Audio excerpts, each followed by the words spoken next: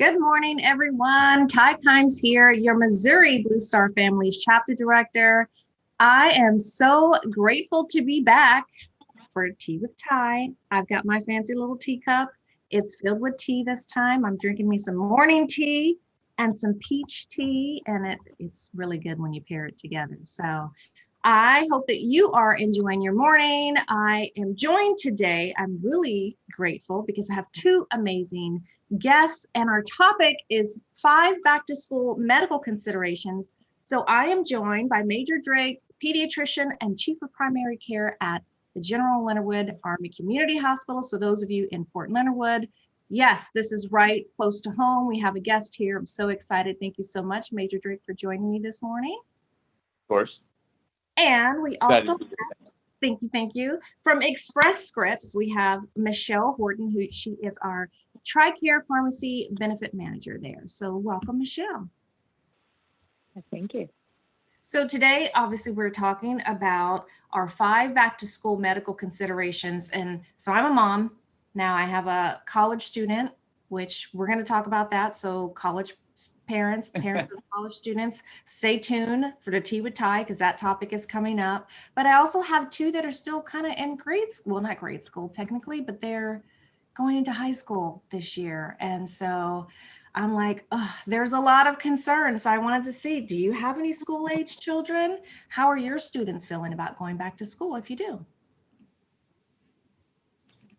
Yeah, so I'll jump in there. I have a 6-year-old, and he was homeschooled last year, and when the pandemic hit, and then we're looking to going back to school this semester.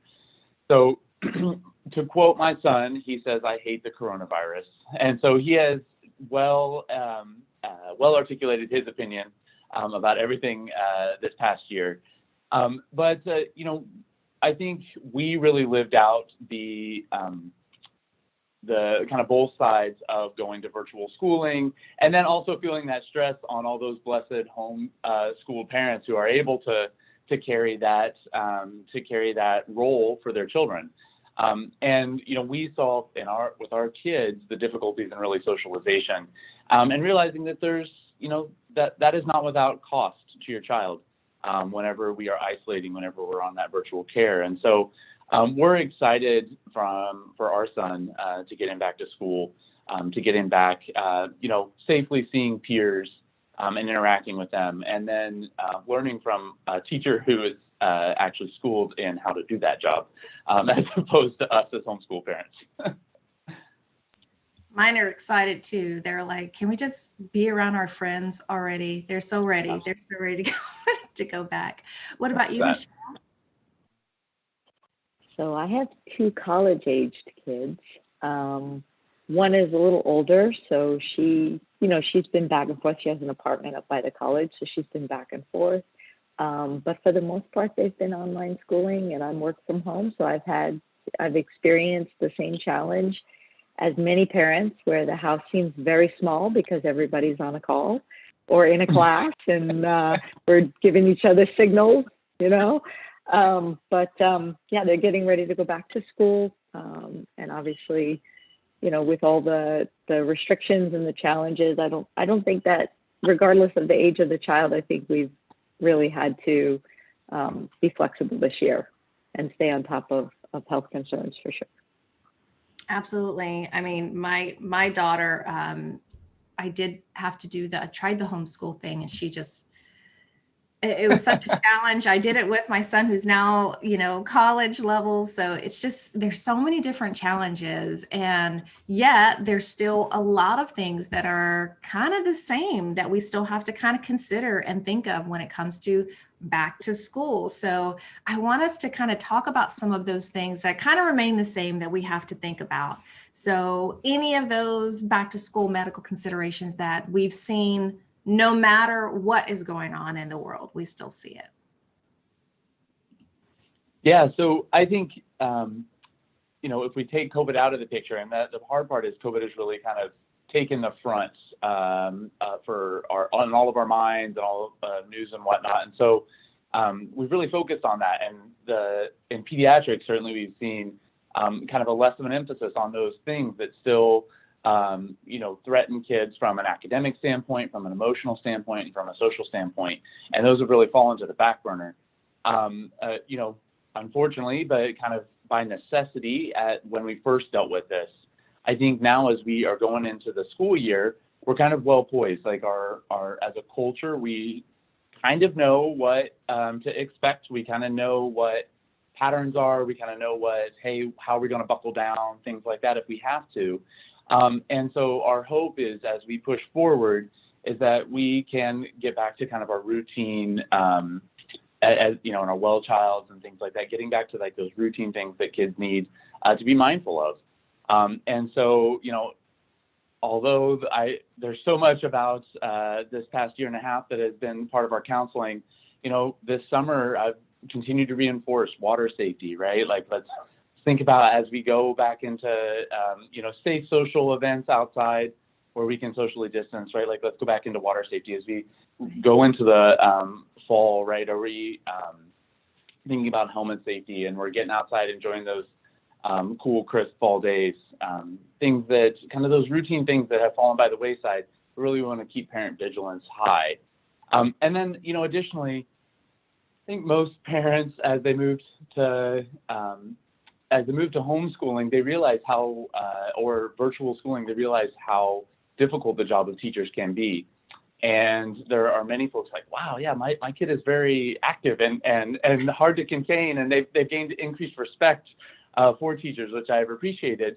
But kind of part of that re-engaging as we get back to school is really having those parents have an active role with their teachers, right? And I'm hoping that as we've come on the heels of this past year and kids have integrated in school and the home, that they'll take those teachers' concerns much more heavily. And, if the teacher is actually saying, hey, I have concerns about X, Y, and Z, knowing that they have worked very hard to not get to the point of notifying you.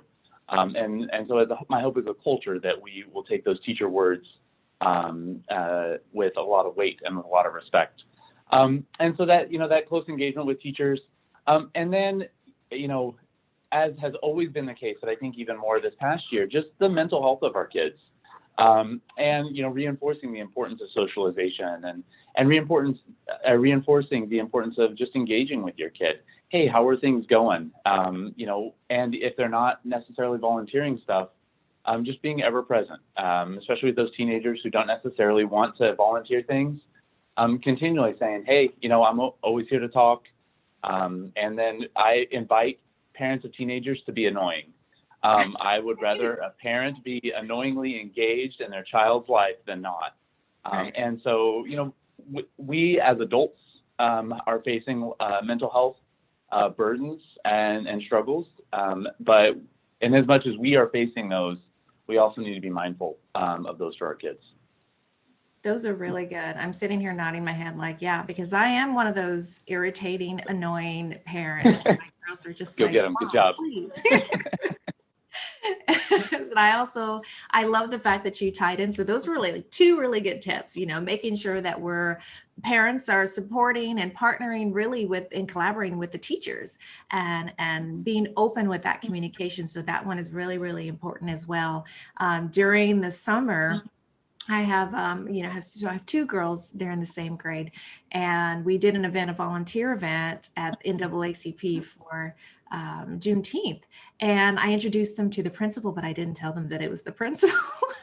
And so I'm like, yeah, come on, I want you guys to meet. These are my girls. And then, the girls, after she walked away, they go, well, Mom, who is that? Is that going to be one of our teachers? I said, no, that's your principal. So they're like, oh, no, like, thanks a lot. But I think it's really good to know that our teachers care. Those in administration, they care. They don't just do this job just because it's paying a whole lot of bills. They do it because they have the heart to do it. So it's definitely a team effort. So I love that you brought that up. So absolutely. So, and then the second tip was to make sure that we're engaging our kids, and socializing them. So great aspects there. Awesome. Okay. What else? Is there anything else that was like pre-COVID? I know and I don't want COVID to kind of take over our conversation either, even though we're going to get to it. So if you're watching, don't worry, we will discuss it. But I kind of want to talk about all the other fun things, So get us back to our when we were normal. Were we ever normal? I don't even know. Right. No, so I think as we engage in kind of those back to school conversations with our kids, I think that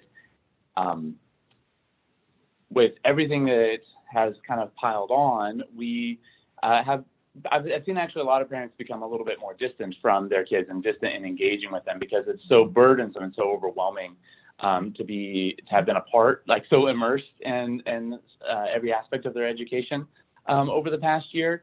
And I think that it's helpful. I think back to The Incredibles 2, pediatrician here, right? Where the dad is trying to help the child with math. He's like, how did math change? Math is math. But I think it is a beautiful thing for a parent to be vulnerable in their imperfections to their child and to share in frustrations. And it allows children to be, to kind of get in tune with their emotions and to let their parents, or to know that their parents experience those same things. And they are not this immovable and perfect authority in this world that they just have to submit to, right? Like that they are a human being with struggles, who are scared of math changing and whatnot, and so that you can fight those battles together as a family. I think that's a fun way to look at it, and I think it's empowering to our kids. Absolutely. And I know, and I'm sure, Michelle, that you could probably relate to this with college level, age students. It's a matter of getting them to understand too, because they're learning so much, but just expressing that and saying, I get it, and you're going to make mistakes and that's okay. But, let's work through this together. So I think that it's really also important that great topics, great things to pull up.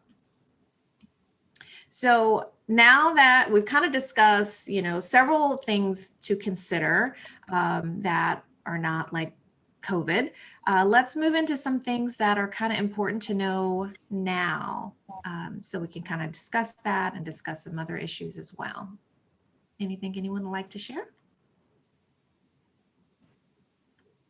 Do you want to start from a vaccination standpoint or in terms of resources, or I'm happy to jump in? I don't want to. Sure, I can talk a lot. Well, good. Then we've got the right person on, so that's good.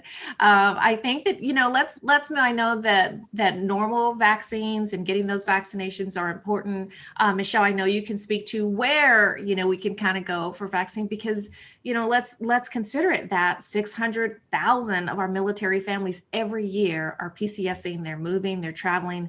I have several friends that have moved away, and it's just such a challenging time, for military families, especially when it comes to like reconnecting, like, okay, where are the best dental places to go? Where are the best, hospitals to go? How do I find all this stuff? Scheduling those things. So we can definitely talk about that. Michelle, would you like to kind of lead us on this conversation? Sure. And, COVID really has changed my personal perception as well. So as a Tricare beneficiary, you can get any required vaccines, obviously, from your provider, right? Obviously, your pediatrician or your internal medicine doctor. But there are retail pharmacies out there that also provide vaccines. And, in my personal experience, I saw the pharmacies giving the annual influenza vaccine every year, but I never really thought to go to a pharmacy for a vaccine before that. I always went that old school, always went to the provider. But I think now during the pandemic, with a lot of providers, asking to reduce the traffic in their offices and encouraging you to go to the pharmacy for a regular vaccine, I think it's a tremendous benefit. And I think the pharmacists, I personally had some really good experiences. I think the pharmacists have gotten a lot more training this past year with the amount of vaccines they've been given out. Of course, I can't speak for every single pharmacist out there. But it's been a really positive experience. So I would love to encourage you. Obviously, if you need a physical for your child or for yourself and you're going to go to your provider, that's great. But if you just need to get caught up on vaccines, the Tricare benefit allows you to go to a retail pharmacy for all of the required vaccines. And then for COVID, they literally said you don't even have to go to a retail pharmacy and network. You can go to any pharmacy for the COVID vaccine. So it's just a tremendous benefit to you. It makes it easier. You don't have wait times. You know, you want to get these kids ready before they go back to school. You don't have parking issues. And so I just want to encourage you to consider a local pharmacy for those vaccines, all vaccines, and then of course for in-network. And then for the COVID vaccine, it doesn't have to be a network pharmacy. And all of that is on health.mil/Tricare. I mean, you can get all of that retail pharmacy search tool to make sure you're going to the right one. Absolutely. So, and if you are watching, don't worry, we are going to add that link, that health.mil link down in the comment section. So all you have to do is just scroll down and see it in the comment section. You don't have to kind of hit replay or fumble for a pen. We'll make sure that that is easy for you to find. So thank you for that feedback.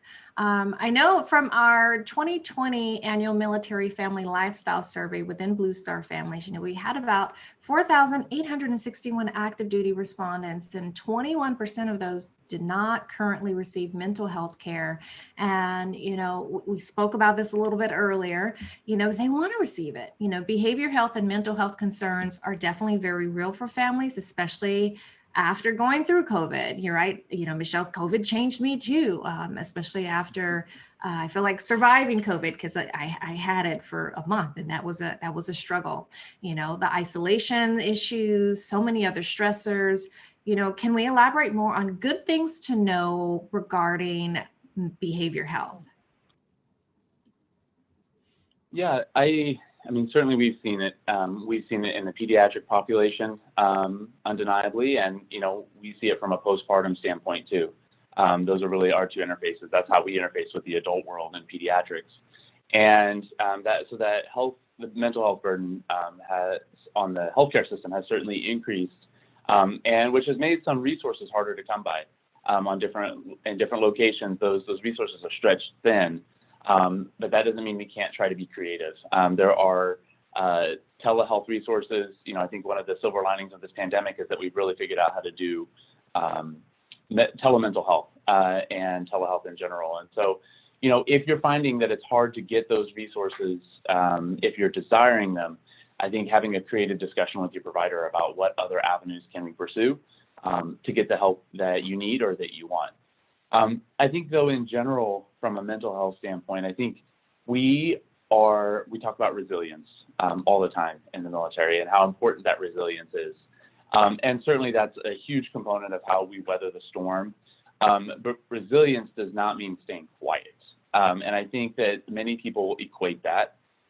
You know, I think resilience gets you through the moment, but that doesn't mean that you should go without processing things and processing difficulties. And you know, there's a cultural countercurrent that we have to run.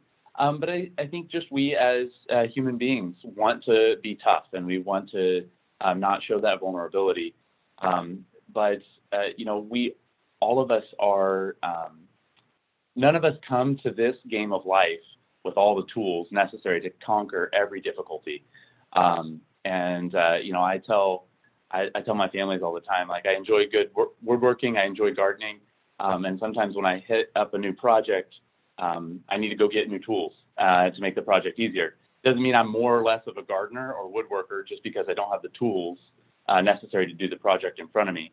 And that's the same thing. You are no more or less of a soldier or a human being, a child, a teacher, whatever, because you don't have the tools necessary to counter the mental health struggle that you're facing. You just need some equipping, and that's where those resources come in. And just to kind of harken back to what we talked about earlier, just that engaging in that conversation with kids, and then you as an adult talking with either your spouse or just trusted friends about those difficulties that you have. Those good friends, spouses, that's just going to build your relationship actually if you share those difficulties. And you'll probably find that your friend or spouse is feeling some of the same things, given what we're facing. And so I think if you're finding yourself in a pattern, or you're dwelling on a thought, or you haven't invited your kids to maybe articulate how they are feeling, that we just need to call it out. We just need to say things. We need to say it out loud. We need to give space for us as adults, for our children, to be upset, to cry, to be angry, and to know that all those things are okay emotions to feel. We have isolated ourselves this past year, and we've also kind of further isolated ourselves within our homes too, even from our family members, and really that they should be a resource, and you'll build intimacy in your family by sharing that. Absolutely. You're so right about that. What I see in my head is I remember my daughter and, last year, the struggles with school. Well, I want to say when COVID first started, when it first hit, the struggles of just being in there, trying to figure everything out on the computer, and then even moving towards this year, just the stress of just, for a time, it was just her, because her brother was, college student. So she was alone a lot. I was still working. And even though I was trying to spend time, it's just, there's so many different challenges. So making sure that we're doing that, engaging, and just being transparent, which I'm going to be transparent right now, because behind me, I forgot to take this down. So I have our Blue Star Families banner that's up in here because this is my home office. And I want to make sure that that's up. So that way everybody knows. So yes, Blue Star Families, we all make mistakes, and that was definitely one of mine. But I said, let me go ahead and correct it. And I think that's an important thing too, is just making those corrections when we know and owning up to it and moving forward. So definitely a lot of good things though, Major Drake. So I really appreciate all of that. And with talking about kind of complex issues, that kind of brings us back to COVID, because the decision to getting the vaccine is just so complex for many, many military families. There's numerous things to consider. For me personally, I'm a heart attack survivor. I've been advised by my doctor not to get the vaccine until I'm cleared by my cardiologist, and according to our Blue Star Families April pulse check that we did, 32% of spouses and 39% of spouses of veterans have reported the health reasons as a reason that they were choosing not to get the COVID vaccine thus far. Also, 43% of spouses and 48% of spouses of veterans had the opportunity they liked the opportunity to choose their vaccine. They said that having the option basically will increase their likelihood of receiving it. So there's so many different concerns of getting the COVID exposure, especially when you're traveling and PCS season right now. So if we're going to keep it real and keep it positive right now, what are some things that we should know about beating COVID? If there are any vaccine clinics coming up, are there anything that we can know right now that you can share about that? Either one. I'll let you jump in, Ms. Horton, first, if you have. I guess just to reiterate that we're making it, that it's as accessible as it can be for the Tricare beneficiary, that you literally can go to your doctor's office, you can go to any pharmacy for the COVID vaccine. Specifically, they couldn't make it easier from that regard. And I think that's very telling of how much we care about the Tricare family. Yeah, 100%. And, on post, there are multiple locations that you can get your COVID vaccine right now. They are moving to from the PX that's going here on Fort Leonard Wood. We have it in the hospital. And then the week of August 9th through 13th, we're actually moving it to Nutter Fieldhouse for kind of a mass vaccination week and a focus here. We as a population and the age has the potential to change here in the next few months, whatnot, and that's kind of data depending. Having that conversation with your provider about whether or not it's a good fit for you. Certainly, this is an individual choice. It's an individual choice with a lot of downstream effects, personally, socially, and most importantly is for your healthcare. And having a real honest conversation about the balance of those risks and benefits with your provider, I think is incumbent upon us all. And I'll make a plug for virtual encounters. That's a great plug to have a virtual encounter with your provider.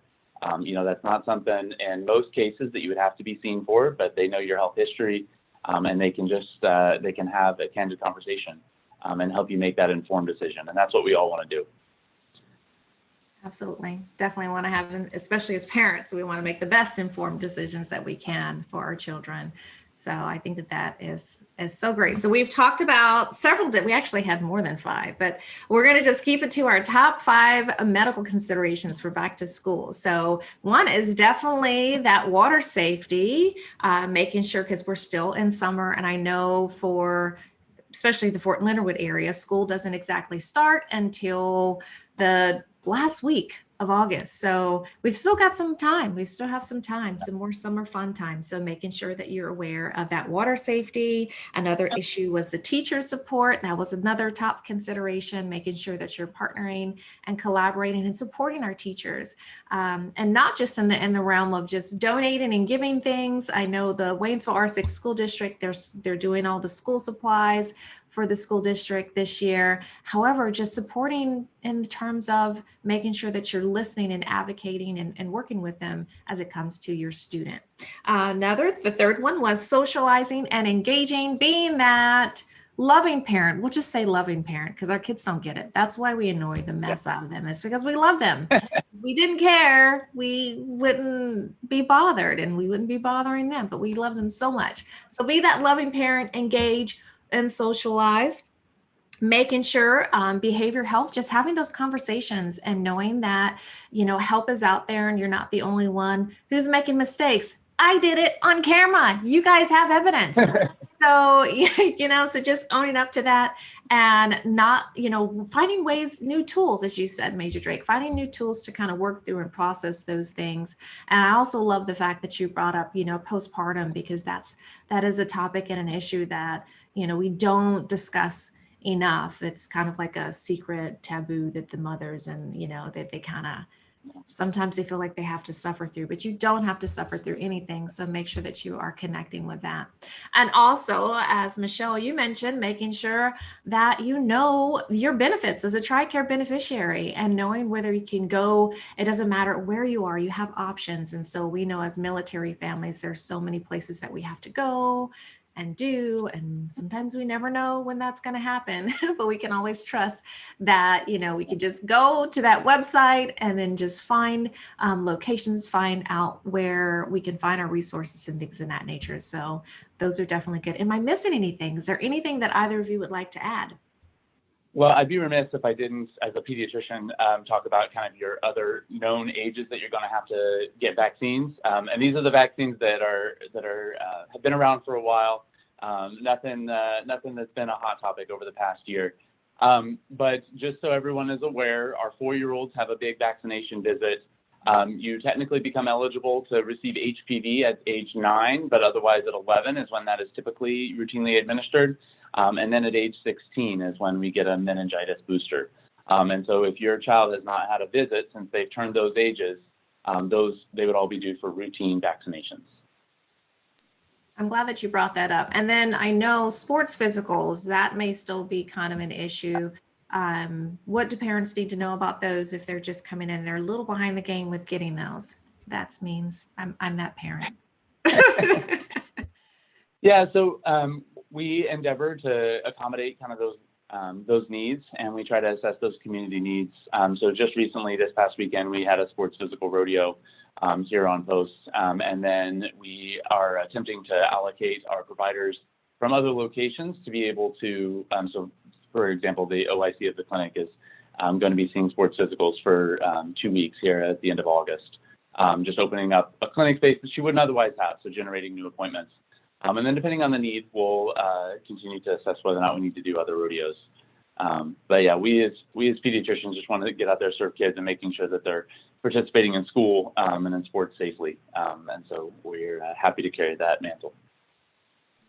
Absolutely. Thank you for that. Michelle, anything else to add about Express Scripts and the support that we have for our Tricare beneficiaries? Sure, I would be remiss to not mention the prescription benefit that you have with Tricare. So obviously you can pick up your prescriptions at a military treatment facility pharmacy. You can go to a network retail pharmacy, but you also have an option for home delivery. And especially when you have a medication for you or for your family member that you take every single day, and you're moving from one MTF to another, you're moving around the country, your Tricare Pharmacy benefit is the same regardless of whether or not you're with Humana or HealthNet, right? Because we're broken up in regions for Tricare. Your Tricare Pharmacy benefit allows for home delivery. So if there's something that you take every day and you're moving from Missouri, maybe going to Texas, you can literally just call us and give us your new address, and the prescription follows you. So it's very, very convenient. And I think that's important now too with telemedicine, and you're trying to stay out of the offices if at all possible. If it's a maintenance medication, get it delivered to your door. It's safe. It arrives on time. You don't have to worry about getting in your car and going somewhere to pick it up. So just another fantastic Tricare benefit that you have. Absolutely. So you all watching, we've given you 5 back to school medical considerations and a lot of other helpful information. And whether you are in Missouri or not, all of this information, it can go with you. So this is definitely information to share. So please make sure that you're sharing the video and utilizing the information, because it's no good when you have the information and have the resources if you're not utilizing it. So take advantage and make sure that you're utilizing our resources. And I definitely must say that if you are not a Blue Star Families member, please make sure that you join. Just go to bluestarfam.org, click that join button, and complete the profile. And then you want to activate your membership so that you can get access to all those perks by creating a username on bluestarfam.org. I am really excited to hear all of this information, have this conversation with such wonderful guests. So Major Drake, thank you so much for joining us today. Michelle Horton, thank you so much for joining as well. I am Tai Kimes, your Missouri Blue Star Families Chapter Director, doing what I can to tie you to your community. Please feel free to reach out if anything, and more to come. Next week, we're going to talk about more things that you should know for back to school. Take care, everyone. Thank you so much. Thank you.